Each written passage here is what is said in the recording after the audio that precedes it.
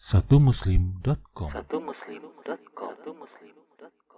Masa sehatmu sebelum sakitmu. Selama Anda masih sehat, jaga teman-teman sekalian. Pakai dalam ketaatan. Nah kalau sudah sakit susah. Udah nggak bisa buat apa-apa. Ada pengusaha terkenal dari Jepang, baru memimpin meeting dengan proyek jutaan dolar, dan terkenal orangnya sangat sukses, menjadi buah bibir di tengah-tengah orang. Malam hari dia tidur tiba-tiba stroke. Besok pagi dia sudah lupa semuanya ilmunya. Perusahaannya tinggal hanya membiayai dia sampai dia meninggal. Jadi kan, orang tidak tahu kapan dia terjadi, apa yang terjadi masa itu kepada dia. Jadi gunakan masa sehatmu sebelum sakitmu. Kesempatan emas. Kemudian yang ketiga, kayamu sebelum miskinmu. Mumpung kaya, sedekah. Kalau sudah miskin, sudah susah nanti. Mumpung kaya, umrohlah, hajilah, bersedekahlah. Itu yang ketiga. Yang keempat, waktu luangmu sebelum sibukmu. Jadi kalau pas ada waktu kosong, pakai dengan hal yang baik, hal yang positif. Kalau hal yang mubah masih boleh, tapi kalau sudah masuk kepada hal yang haram, jangan. Tapi kesempatan emas, mumpung lowong, pakai untuk hal-hal yang bermanfaat. Dan yang terakhir, yang kelima adalah hidupmu sebelum matimu.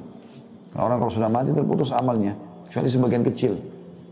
Mungkin bisa terjadi, ya, kalau dia sudah mempersiapkan amal jariah misalnya buat dia, dan seterusnya. Ya. Jadi ada seseorang di Yaman, kaya raya, miliarder. Dia orang yang baik sebenarnya. Tapi dia selama ini selalu sibuk mengembangkan usahanya terus. Satu waktu ini yang membuat dia sadar, sampai diangkat kisahnya, itu kisah tentang 2 kilo atau sekilo anggur. Penyebab dia sadar. Dia lewat, waktu dia mau ke rumahnya, ada orang yang baru petik anggur dari pohonnya, dijual di pinggir jalan. Dia lihat, buah ini ranum, kelihatannya segar sekali, dia beli. Sekilo atau 2 kilo kalau saya salah ingat, sekitar begitu. Dengan niat dia ingin bawa ke rumahnya, supaya nanti di rumahnya bisa makan sama anak dan istrinya. Begitu tiba di rumah, dia bilang sama anaknya sama istrinya, ini nanti sebentar habis sholat duhur kita makan sama-sama. Persiapkan aja, dikasihlah kepada mereka. Kemudian dia pun duduk lalu sholat duhur di masjid. Subhanallah, begitu dia pulang dari sholat duhur, sudah dihidangkan makan siang, dia tanya, mana anggur tadi yang saya beli? Kata mereka, sudah habis kami makan tadi. Kata istrinya, anak-anak berebut tadi jadi habis. Tiba-tiba dia terenyuh gitu. Dia berpikir, apa yang sedang terjadi? Sebenarnya orang ini mampu membeli seluruh kebun kurma, seluruh kebun anggur itu. Karena dia orang kaya raya, mampu dia beli, bukan cuma sekilo 2 kilo. Tapi mungkin pada saat itu, memang dia beli untuk sama-sama dinikmati. Kenapa dia nggak dilibatkan? Dia langsung berdiri, dia nggak makan siang, dia keluar. Dia keluarkan hampir seluruh uang perusahaannya.